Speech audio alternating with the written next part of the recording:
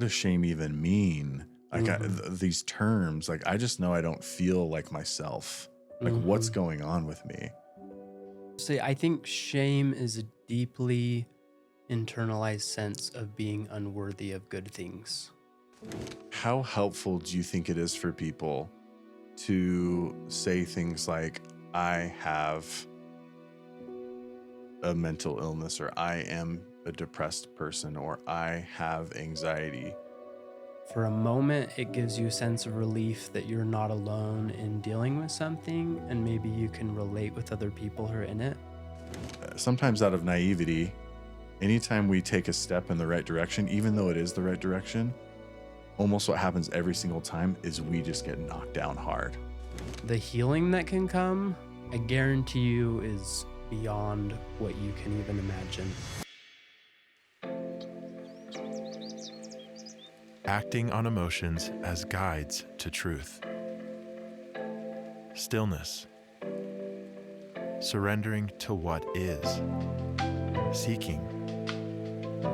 Using my gifts with purpose. Light. This is the emotional blueprint.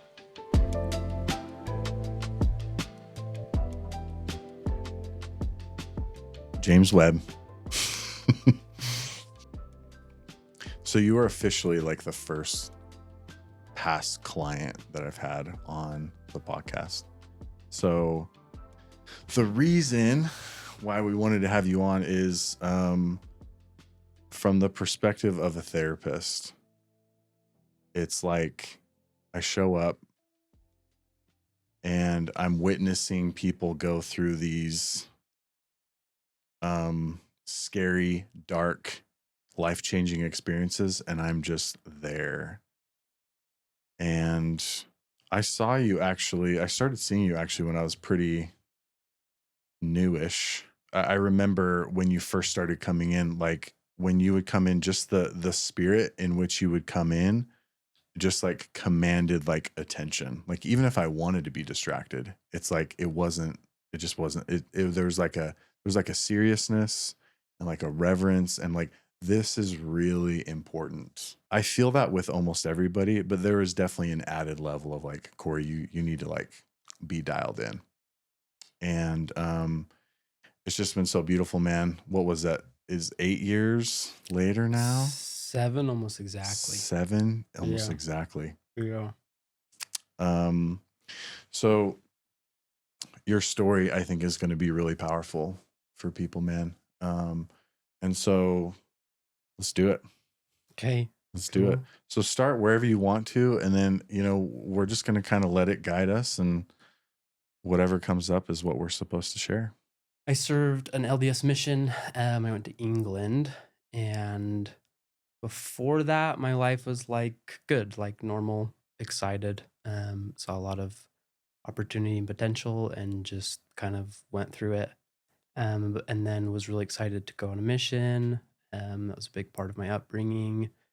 And then just got clobbered while I was out there. I was like, in retrospect, I think the way to say it was just like not emotionally prepared, even if like there was spiritual preparation for what, like, just my sensitivity level to being in that environment, and had no idea what was going on. I didn't really have a conception of what mental health stuff was. So you got like emotionally clobbered. Yeah. Just like Just a bunch of anxiety. I remember like the first day waking up in England, like thinking like I'm supposed to go talk to people about Jesus, and was just like my whole body was just like riddled with anxiety. And like I had known that emotion in the past, but not to this level. Not to that level, yeah. And like my my methods for handling it were like you just like I wasn't in such a structured environment with such like a specific task demanded of me, and like not the typical outlets that I'd had with family and friends and all those things. It's like a religious military assignment, or Yeah. religious / spiritual.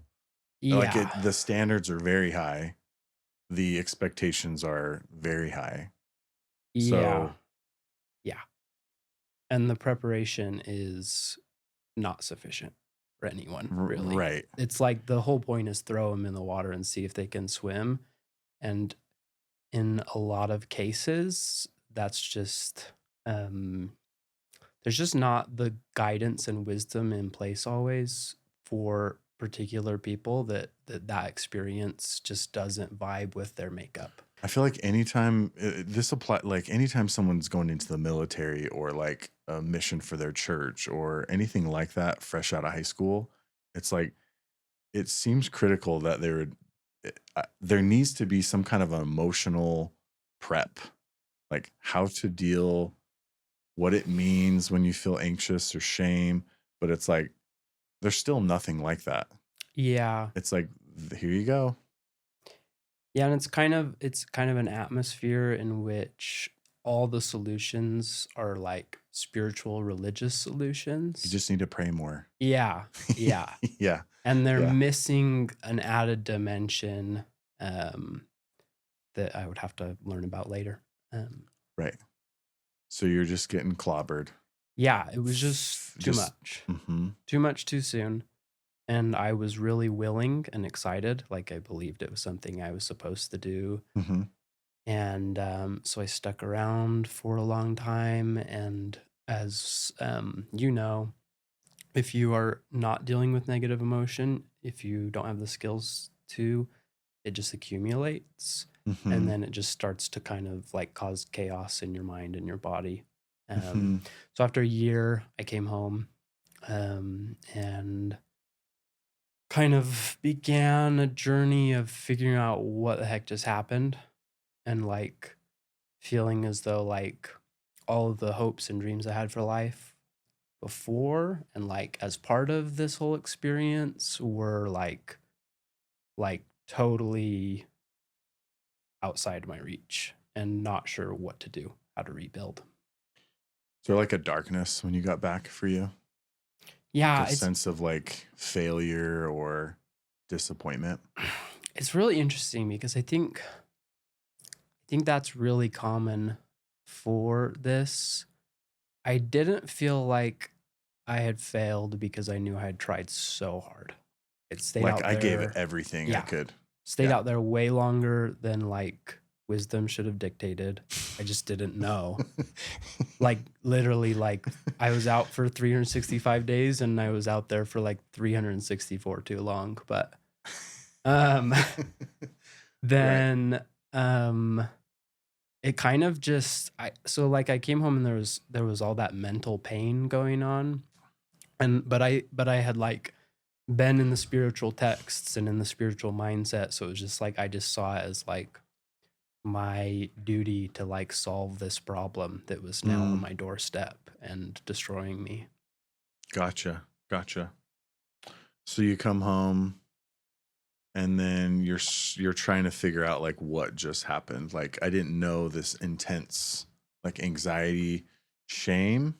Shame, yes, but I didn't know what that even was. Right. I didn't even really know what anxiety was. I just called it depression.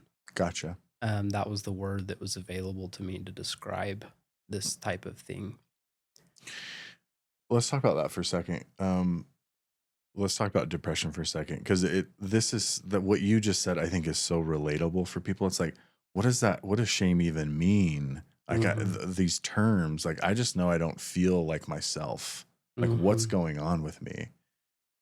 And depression is often, I'd say most often, a combination of shame and some kind of sadness or hopelessness. And these are very heavy emotions. Shame, probably one of the heaviest. And so what's shame? It's not just a belief system. It's a feeling that I'm just not measuring up or that there's something like deeply flawed with who I am.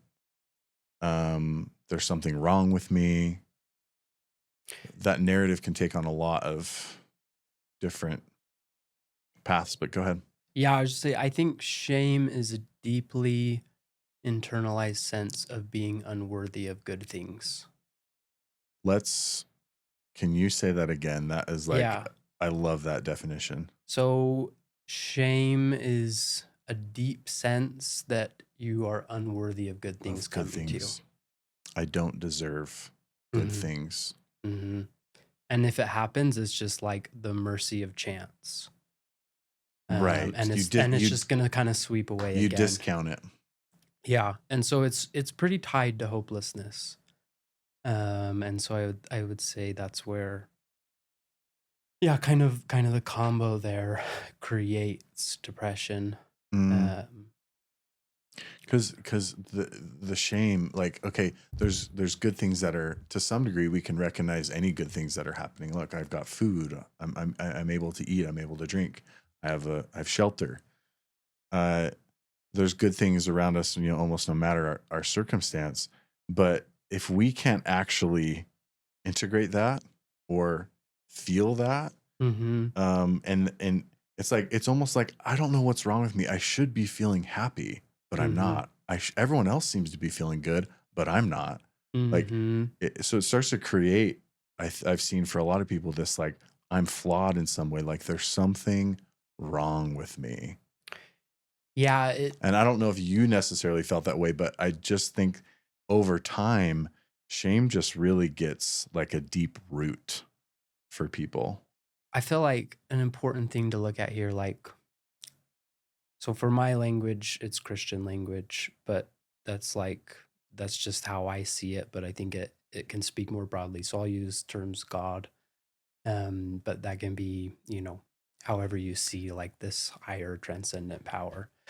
Yeah, run that through your own filter, listeners, of whatever is comfortable for you. We don't want anyone to feel dealt out of any conversation, but yeah, that's great. Yeah, that's just easiest Sure. for how I see it. So I think an interesting thing for my perspective, like I looked at it as there is a God, and I was like trying to be in line with this God, and then so much negative, painful, hurtful events happened while doing that. And so that must mean like one of two things. Like either I'm unworthy of the good things that can come from like higher divinity, God, or like this is like some like test. And I think definitely both of those happen for me. It's really powerful what you're saying, because you said earlier, like, I felt like this is what I was supposed to do, was to go on a mission, right?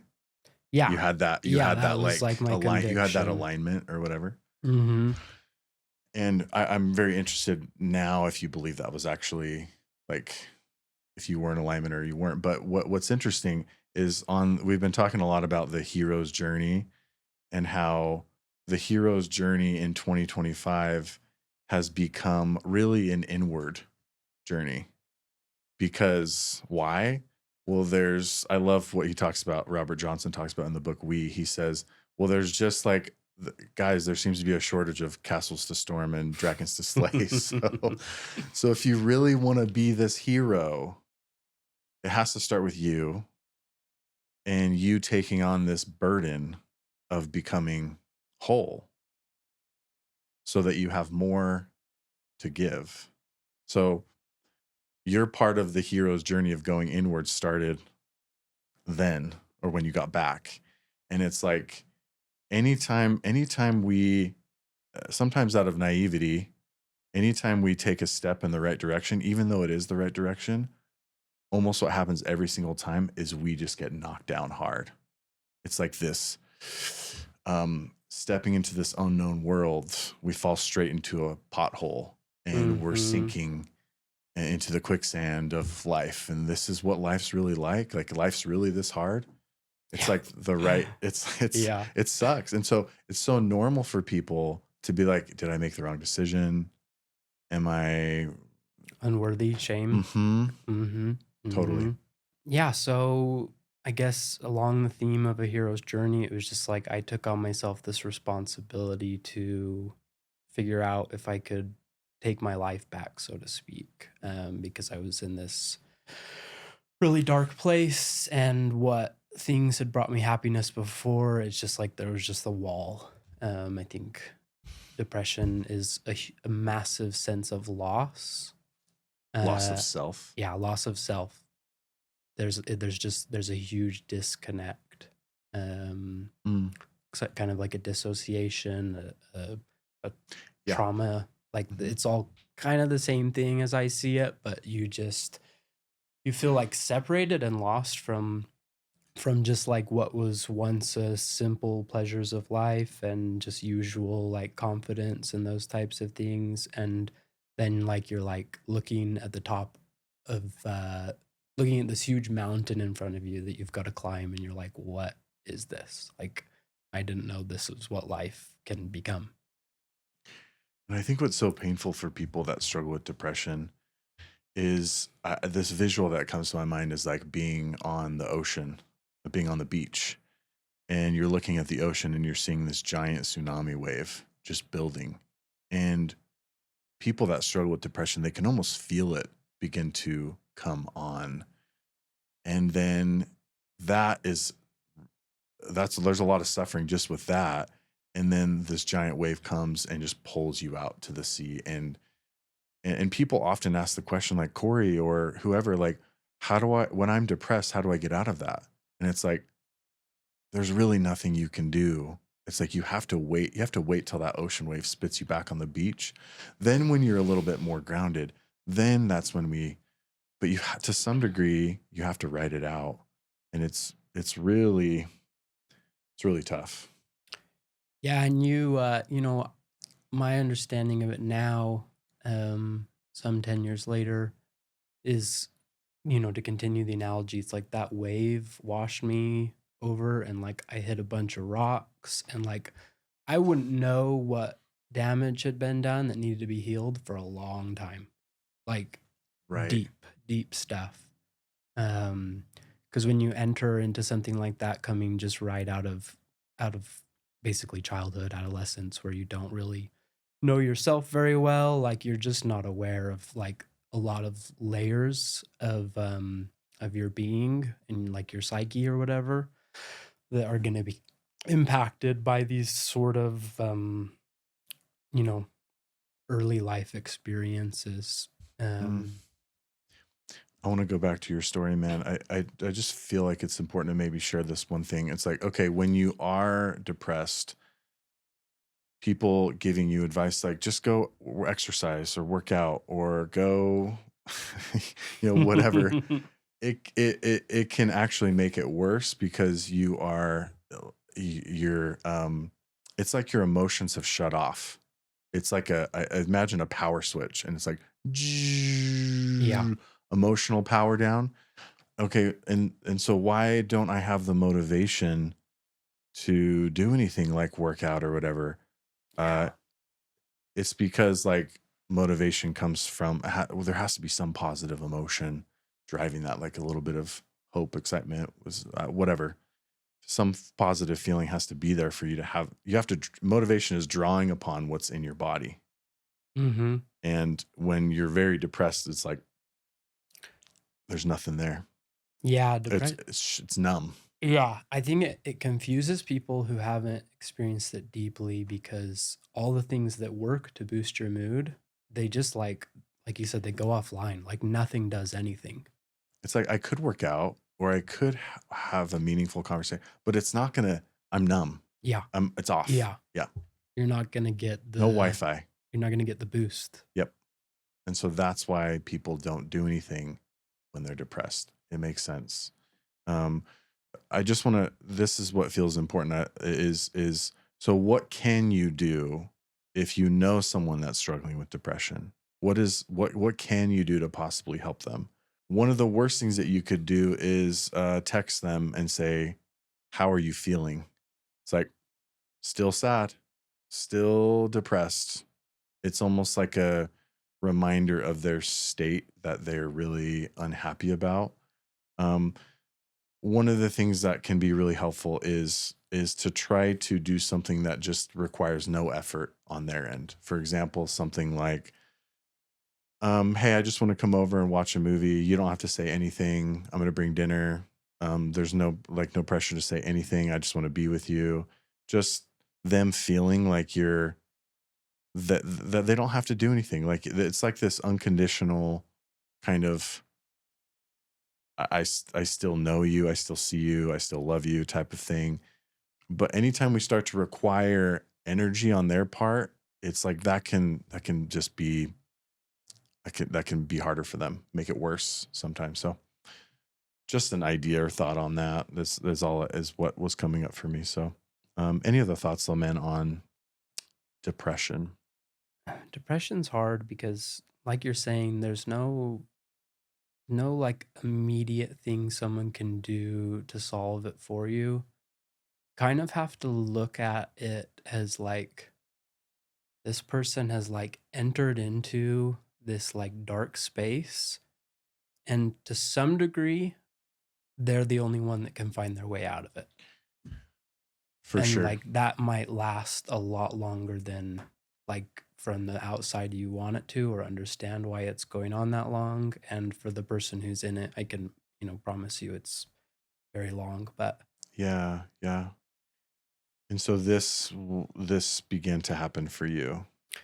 yeah, I would say like there was the beginnings of it while I was on my LDS mission, and then from when I got back, it pretty much like, even though I was back in normal life, had friends, had family, had things to do, it actually just got a lot worse. The hardest years of my life were definitely those next 3 or so. After you got back. Yeah.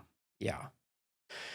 Yeah, so that was that was a period. It's like even hard sometimes to remember because it's such a, like, your mind's just not right. And yeah, so I the way I approached it was, really like approached the the culture I was a part of and what tools they had available. We were trying to solve that. My family was really involved, and Mm. we went with the typical stuff. I found a therapist, and also began going to a psychiatrist and taking medicine, and would just kind of run that experiment for the next little while, while starting up college, which eventually I dropped out of, and didn't work. I tried a bunch of medications, took that really seriously. That was kind of my paradigm at the time, was like, okay, like similar to how someone might be born with a physical illness, I'm born with a mental illness, and this is when it showed up. And like my brain just, this is how it works. Like it doesn't produce the right things. And then supposedly these medications can kind of help it produce that. And I tried a bunch of those. And that was, as I understood it, the way to go. Let me ask you a question. How helpful do you think it is for people to say things like, I have a mental illness, or I am a depressed person, or I have anxiety? How helpful do you think it is for people to adopt these labels? I think there's a small utility in it, because for a moment it gives you a sense of relief that you're not alone in dealing with something, and maybe you can relate with other people who are in it. And that's about as far as it goes. Like that's the only benefit. Yeah, it like puts you in the track, like something needs to be fixed, and there's other people who have experienced They struggle with this. it. Right. And then obviously on the downside, it's like people can start to believe this is part of my identity. This is like who I am. And I don't get me wrong, like it's a Yeah. snapshot. Like it's always easier to, when you get out of depression, to and you've overcome that, to be like, oh, like that actually wasn't who I was. There was some emotional factors going on, maybe some spiritual things going on. Yeah, I'll say this. And coming from in the past where it was like that's the only way I could understand it. Unfortunately, the kind of medical community and researchers around mental health, like I'm just gonna be as bold as I feel about this. They have no idea what Mm, these things are. mm-hmm. And again, like there's some comfort in trying to categorize and classify and say this is that and this is that. And that's about as far as it goes. And this isn't to diminish how real symptoms are. Right. It's more just to say that the healing that can come, I guarantee you, is beyond what you can even imagine. And a big part of that step is to get outside the label. What can we highlight from what you just said to give people hope that are like maybe a little bit deeper into depression or deeper into anxiety? Yeah. Um, I'd if say, okay, I would just say, like, I'm not saying stop going to your psychiatrist and stop trying these things. Maybe that step comes at some point. It's less that. It's more, but there's so much more outside of that, yeah, and it's a path that isn't as maybe clear. I would say that somewhere, some part of you still feels whole, and you need to trust that that part can expand to the rest of you.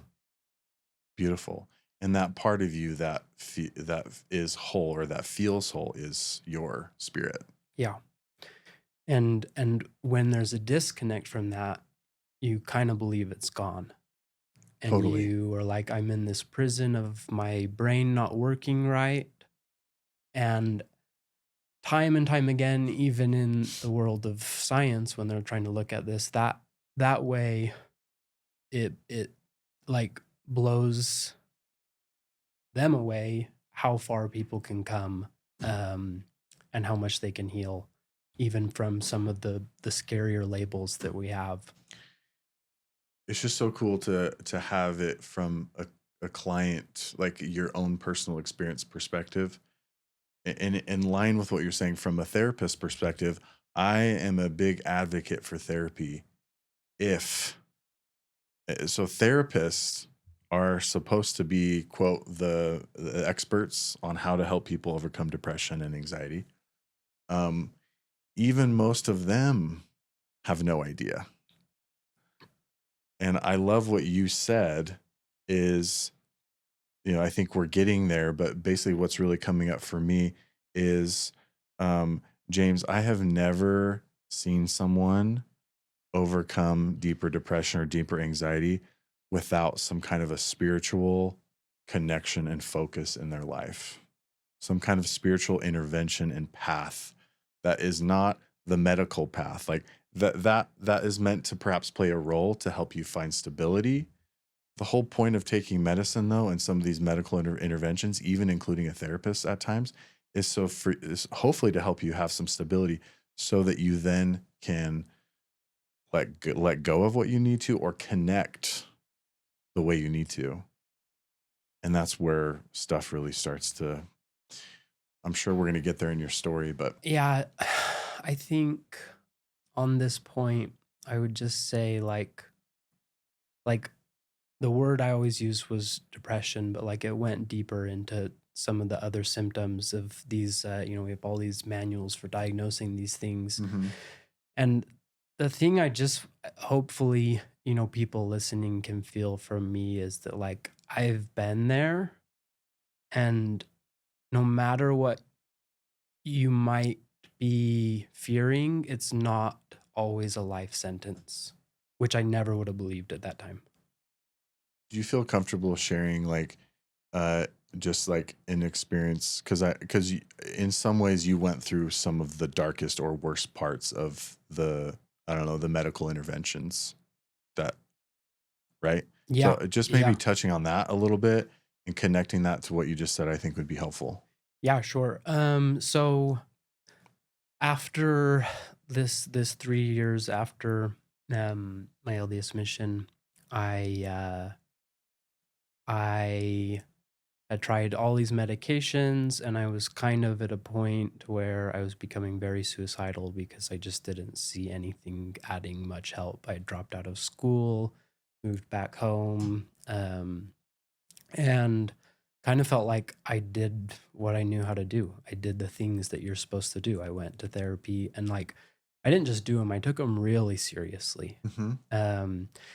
And at that point, my psychiatrist at the time said, like, okay, here's like an extreme measure. Let's do electroconvulsive therapy, or ECTs. And I did 20 of these treatments where you are put under anesthesia and I don't know, they run electricity through your brain or something. They shock Yeah. your brain. They kill with your lightning neurons. bolts. Yeah. Yeah, Yeah. Yeah. which is crazy. So I did that, and it was Seems just like such an archaic. By the way, I think in 2025 that is now like, I don't know if that's against but that is like very. no, they're still doing it. They still do They're it. still I know they doing still them. do it, but Yeah. as far as the opinion of the larger community, it's Yeah. from when you did it. It's like, don't even think about Yeah. doing that. And I'm not against, like, we'll maybe get into it. Like there's other medical things that assist, but this one was not the right one. And I lost a ton of memory from that. I lost a lot of working cognitive abilities, which just like compounded the entire thing because I had this whole sense of like losing my potential in life, and then like my intellectual abilities and ability to do school just tanked. Wow, And that'd be so hard, man. yeah, that was It's like this feeling of like I'm losing everything. everything. Yeah. Yeah. A Wow. funny aspect of that is eventually I became a little grateful to have lost a lot of my memory, because I lost memory of these horrible years of my life. But you gotta look at the silver lining, right? Thanks, ECT. Yeah. That's funny. Yeah. So and interestingly, they worked for a little bit, and then they stopped working, and I tanked. Right. And so that had been like 4 years of just like very young man without people around him who understood these experiences to really guide him, and just my family and friends being so loving and caring and doing their best to assist me, but nothing working. And at that point, I remember very specifically, I believe in God, and at that time that belief was pretty low, but I was like, I'm gonna ask for a miracle. It's all I can. That's it. I mean, like, I just prayed and said, even if this was something I was supposed to go through or whatever, like, I'm done. Right. You have to do something now. Yeah, I was like, Basically. take it away. Yeah. Yeah. Classic. Sometimes people use that intervention way too early. Yeah. You, I feel like, actually used it Probably a little too late. Appropriately. Yeah. Or maybe too late. Yeah. Yeah. Yeah. So I did that, and that was a couple months later. I met Corey, this guy. Which is no correlation to that prayer. Yeah, it 100% is. And that was when things started to really change, because I remember I came in and I was just kind of like, well, I'll try therapy again. I hadn't been for a little bit, and I had to, try something.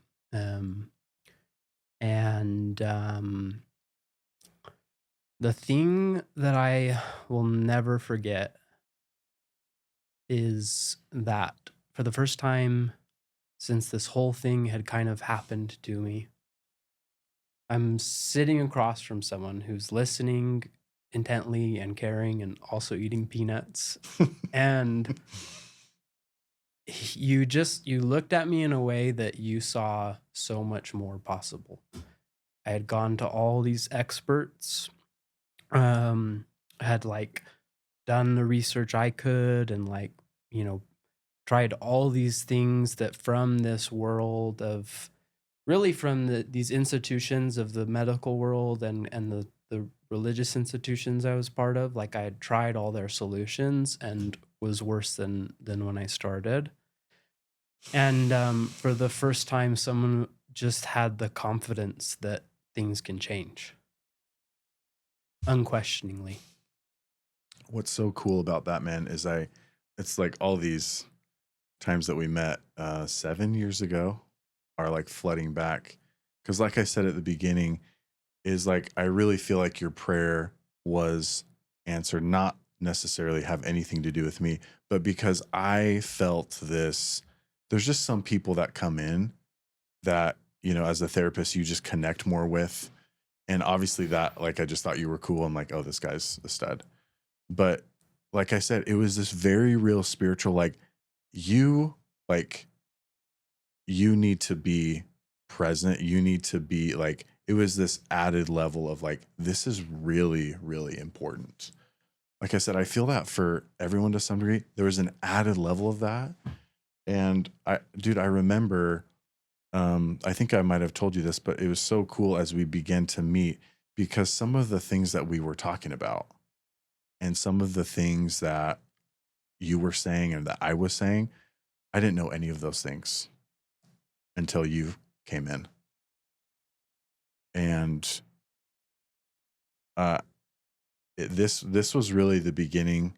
I think the seeds were growing in me and my own personal journey, but this was really the seeds for me of like, if you are still and if you are in the moment and you are seeking God or truth, it will come through you, especially if someone really important needs to hear it. And I've always been so grateful for you, for that. It was you and many others, but you really started to, and dude, honestly, that's changed my life. With my wife and my kids, like being able to like, oh, like my wife's pretty upset. Stillness is the answer. God or your spirit will help you know what to say, what to do. Like you really started to helping me recognize where the true source of like inspiration comes from. And you never told me that about this prayer. Mm-hmm. It was answered through the feeling of that I think we both had of like, of this is important and this is going to work and there's hope. Like failure's not, I remember feeling this for you, like this will not and cannot fail. Mm-hmm. Mm-hmm. There's no way. Like the only way it fails is if you just stop trying and you're James Webb. You're not going to just stop. You're not just going to throw in the towel. No. Yeah, I totally. Yeah, and I guess I would say to listeners who are examining their own relationships with their therapist or just the people they go to for help, I would say that don't settle for someone who doesn't believe that you can really get better. Someone whose goal is to get you out the door and onto the life that you deserve, and they have that confidence because they've seen it happen, and that's what I had felt. Just like again, like feeling like I was trapped in this prison of my mind, and like this diagnosis that was gonna control the rest of my life. Like what I needed to hear at that moment was almost a casual "you're fine," and that's like what was provided. And it really did, like, it did make the difference. And I think there was another thing is, it's funny, like you go to therapy, you hear skills, you go practice it, and I think that's a big part of it. But I think there's a way bigger part there of just like the spiritual presence of the person who's teaching and that of the person who's learning. Mm-hmm. And that is what facilitates like the true deep learning, is like that the attitude of your inner being. Because when I reflected on the I think 3 months that I saw you, like we were done after 3 months, Yeah. or something like that.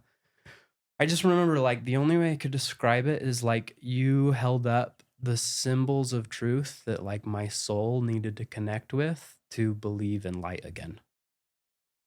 So honored to be a part of that. Yeah. You're kind of blowing my mind, man, on some of these things that you're saying.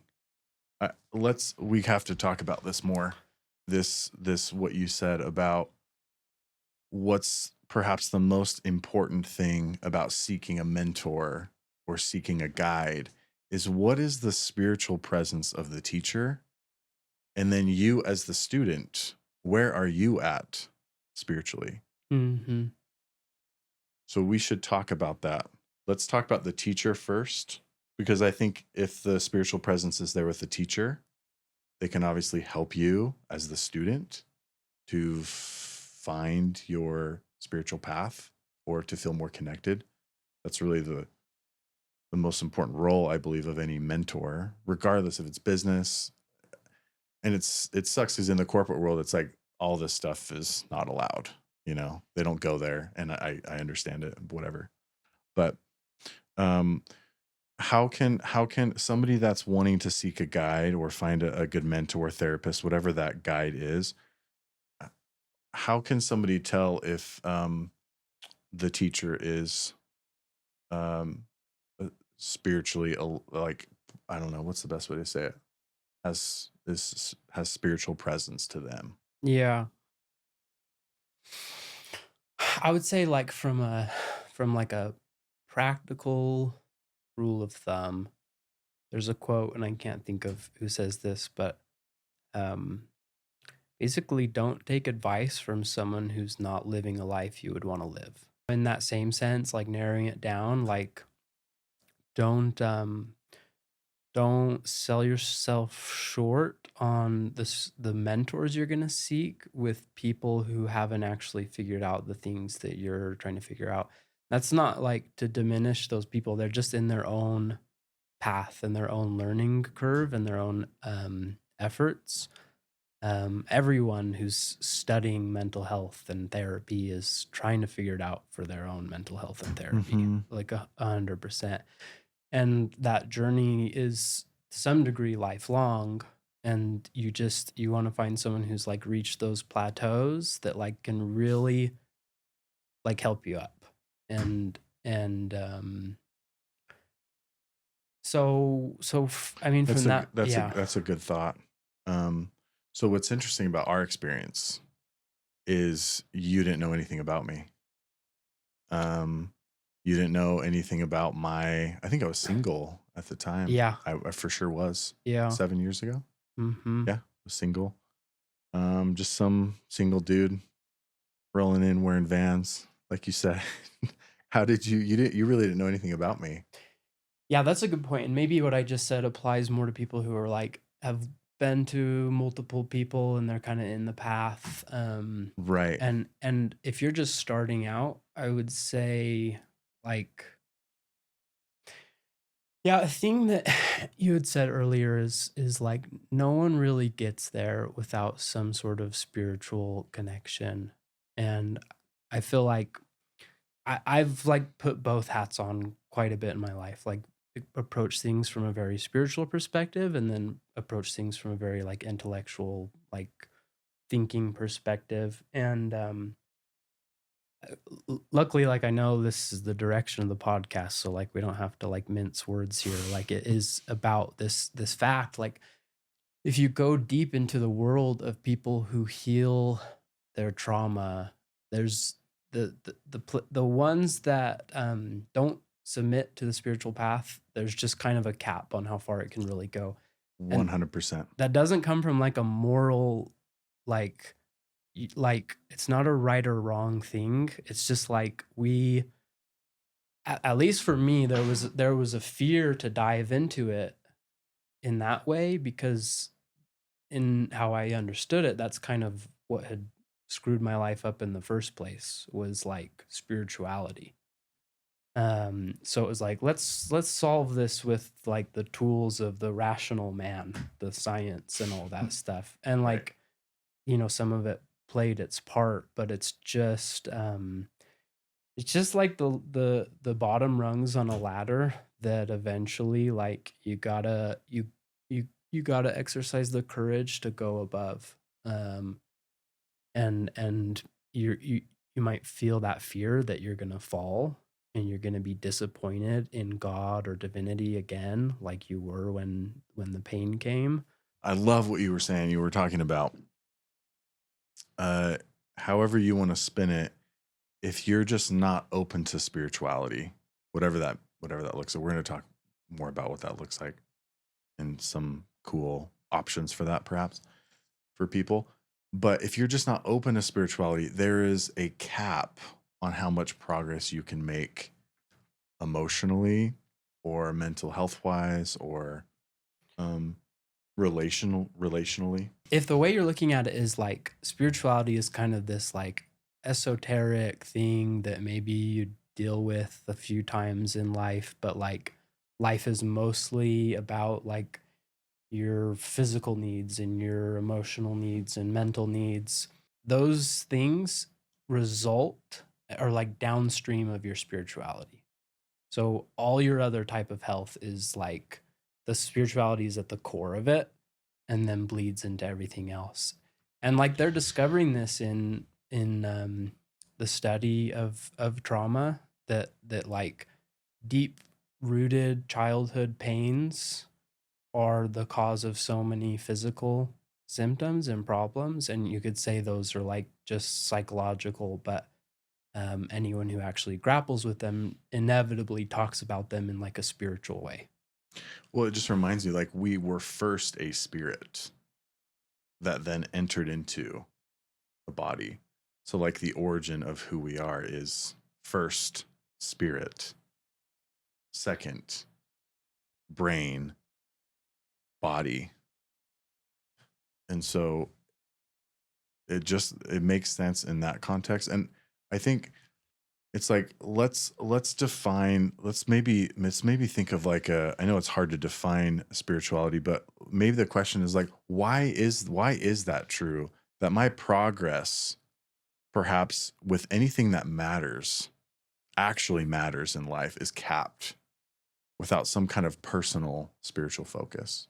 I think, and you can look at this as just like a I don't know, a mythology or a framework for how I look at it, and like you can put your own on it. But like there's some reason why we exist, and you can spend a lot of time in a maze of thinking that reason is just to like live out the goals that you see in your culture and find that type of satisfaction. But we also know at a deep level those things, and we can see it all the time, those things don't really work because people keep going after them even when they've seemingly got it. And what that really speaks to is that like, you know, whatever is your deeper being has a purpose here. And unless you're trying to align with that purpose in the way you're living, it's never going to scratch the deeper itch. Everything's just going to be a little bit off if you're not focusing on that centerpiece. I couldn't agree more. So the question is like, why is it that my progress with perhaps anything that's meaningful is capped without some kind of individual spiritual focus? Well, how much, why is that so important and why is that true? Well, how much do you trust culture? How much do you trust your culture to provide the answers on how to have a better marriage? How much do you trust your culture to provide you with answers on how to find more meaning and purpose in your life? How much do you trust your culture to help you overcome depression? If you are not connected spiritually, you naturally are going to move towards the cultural norms. And your story is a perfect example of that. And guess what?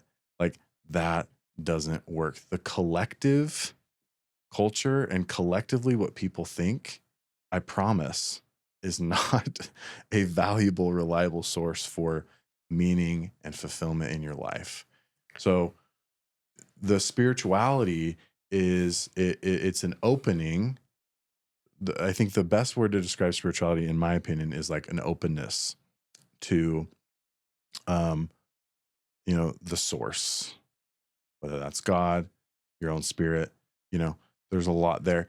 it's the ancient wisdom that transcends um, current cultural beliefs. And Yeah. I think especially in 2025, I think maybe, I don't know, man, you would probably know this better than me, but maybe 2000 years ago, the cultural beliefs at the time maybe were pretty um, good and helpful for people. But in 2025, I know for sure, if you align your morals and your belief system with the current cultural beliefs, later, you are going to witness the disintegration of your life over time. Yeah. Joseph Campbell talked about this, and we quote this every podcast. Good. He talks about this in his book.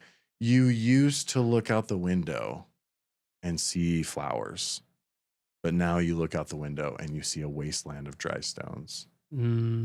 He's referring to what happens when we are not responding to the call or listening to this deeper source.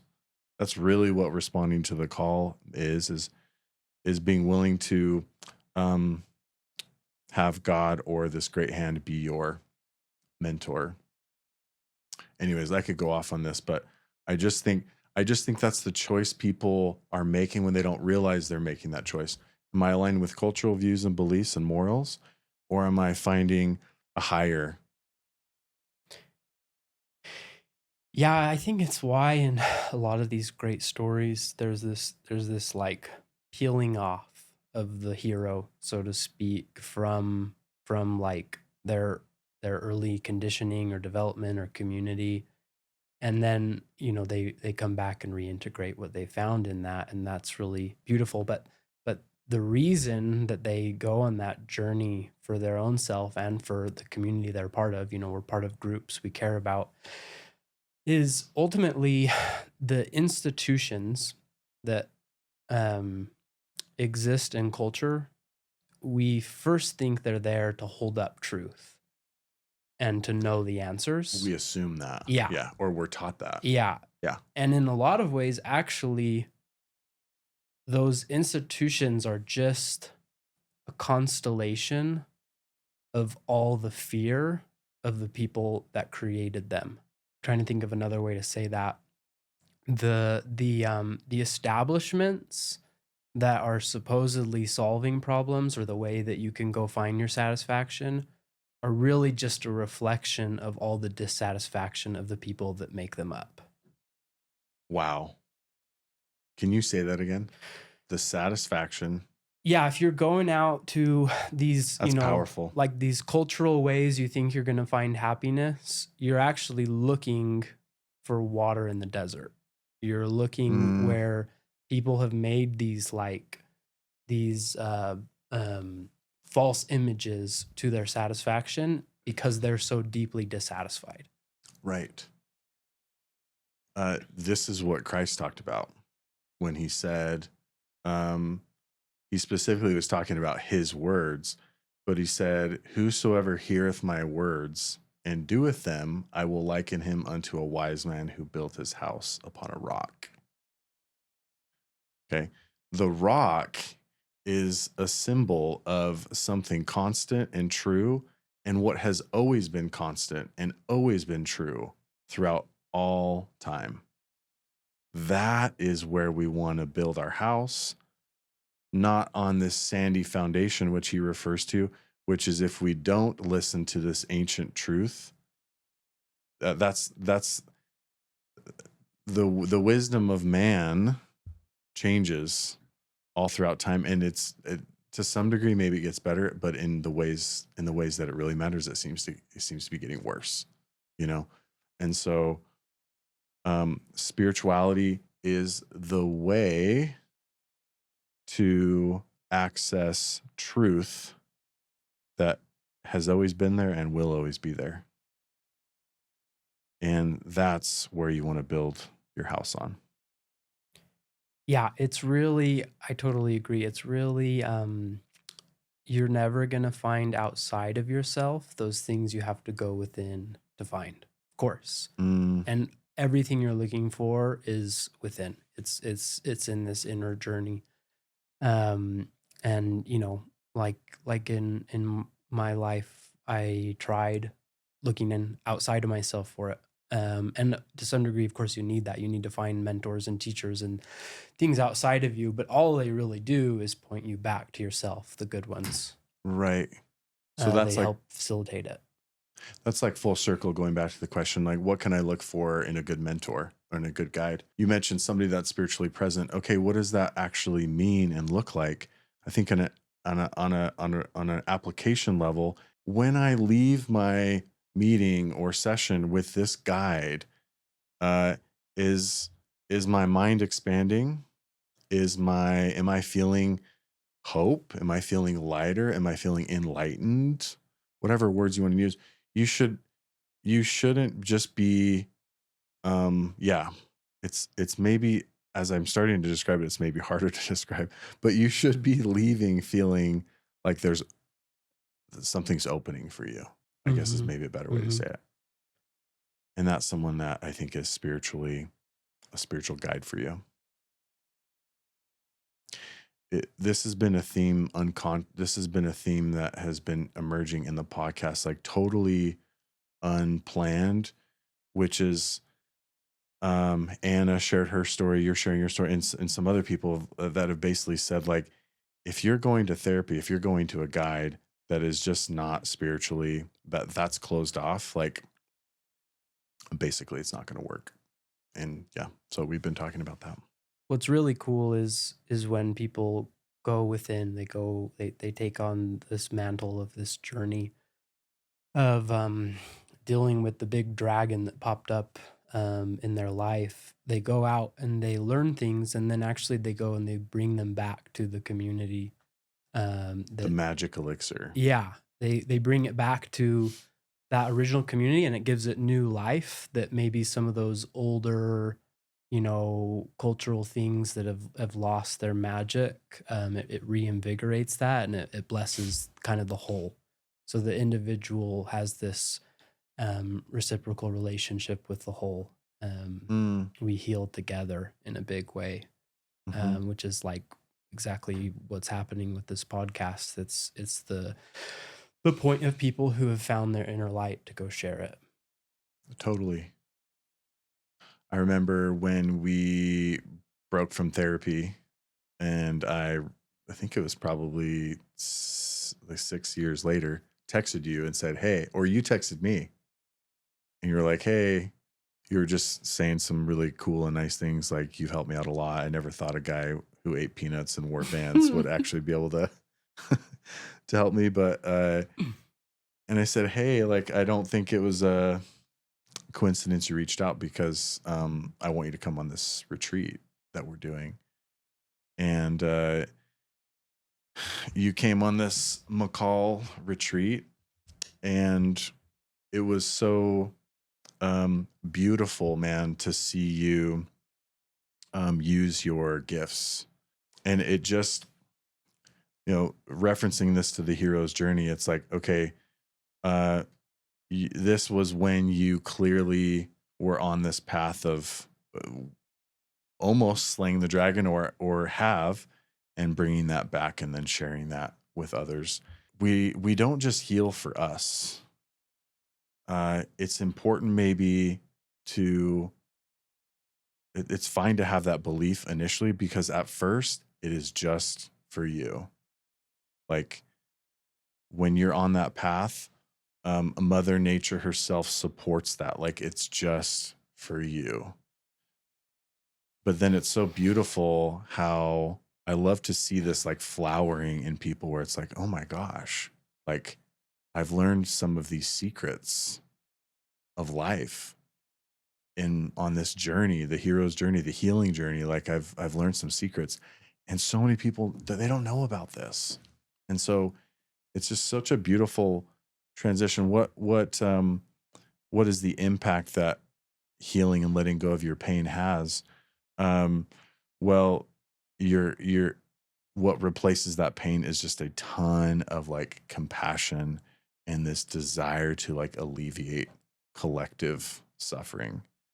Um, Whether that's just in your own home or on a larger scale in your community, it's whatever your calling is. But Dude, I just, there's nothing that fills me with more joy than seeing that happen in my own life, but more importantly, like seeing that like in your life and seeing that in many people's life. It's just special. Very special. We're getting a little ahead of your story, but it's just been so cool, man. I'm just so proud of you, man. It's so cool. Like, you have arrived. If you have benefited from this podcast in any way, it would mean the world to us to have you subscribe, to allow us to keep it going and bring on inspirational human beings.